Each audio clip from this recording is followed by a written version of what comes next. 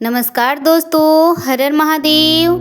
ओम त्र्यंबकम यजामहे सुगंधिम पुष्टिवर्धनम उर्वारुकमिव बंधनान् मृत्योर्मुक्षीमामृतात्।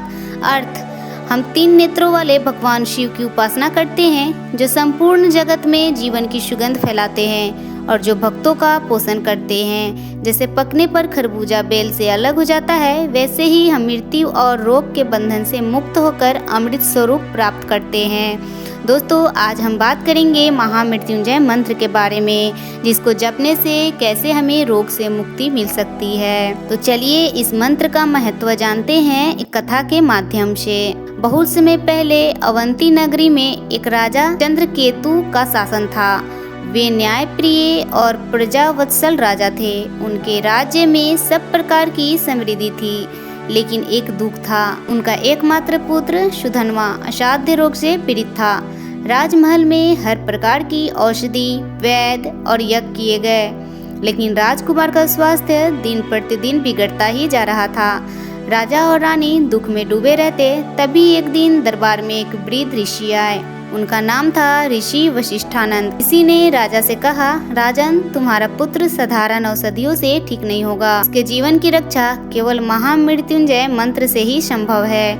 यह मंत्र स्वयं महादेव ने ऋषियों को दिया था, जिससे मृत्यु, रोग और संकट दूर होते हैं। राजा ने विनम्र होकर पूछा, गुरुदेव, इस मंत्र का जाप कैसे करना चाहिए? ऋषि बोले, इस मंत्र का जाप 3 प्रकार से किया जाता है। साधारण रोग और भय दूर करने के लिए 108 बार इस मंत्र का जाप करना चाहिए। असाध्य रोगों से मुक्ति के लिए 1100 बार इस मंत्र का जाप करना चाहिए। अगर इस मंत्र का जाप 1.25 लाख बार जीवन में एक बार किया जाए तो अकाल मृत्यु का भय समाप्त हो जाते हैं। तुम्हारे पुत्र को बचाने के लिए कम से कम 11 माला प्रतिदिन जप करना होगा और यह प्रयोग 40 दिनों तक करना होगा। साथ ही शिवलिंग पर जलाभिषेक भी करना चाहिए। राजा ने उसी क्षण संकल्प लिया। उन्होंने पूरे राजमहल को मंत्रोच्चार से पवित्र कर दिया।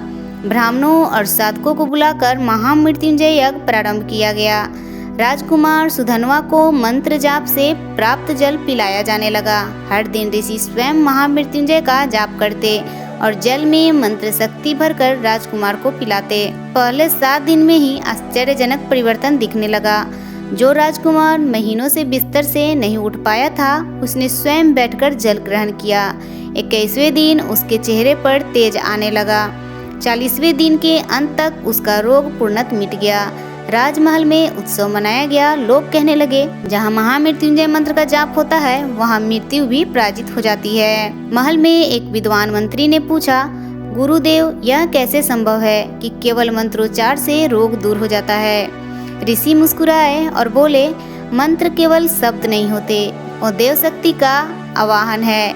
महामृत्युंजय मंत्र भगवान शिव की कृपा का द्वार है। यह मंत्र शरीर, मन और आत्मा तीनों पर प्रभाव डालता है। जब आत्मा रोग मुक्त हो जाती है, तब शरीर भी स्वस्थ हो जाता है। राजमहल की घटना के बाद राज्य के लोग भी मंत्र जाप करने लगे। एक बार गांव में महामारी फैली। एक किसान की पत्नी इस रोग से पीड़ित हुई। किसान ने ऋषियों से सुना था कि महामृत्युंजय मंत्र का 108 बार जाप करने से साधारण रोग मिट जाते हैं। वह प्रतिदिन मंत्र का जाप करने लगा और अभिषेक का जल पत्नी को पिलाता रहा। कुछ ही दिनों में उसकी पत्नी स्वस्थ हो गई। गांव वाले इस चमत्कार को देखकर मंत्र जाप करने लगे और धीरे धीरे महामारी समाप्त हो गई। ऋषि ने एक दिन सभा में यह भी बताया कि देवताओं ने भी इस मंत्र की महिमा जानी है। जब असुरों ने देवताओं को परास्त कर दिया था और वे मृत्यु के भय से व्याकुल थे, तब महर्षि शुक्र ने उन्हें महामृत्युंजय मंत्र की उपासना करने का उपदेश दिया था। देवताओं ने इस मंत्र का जाप किया और अमरत्व प्राप्त किया।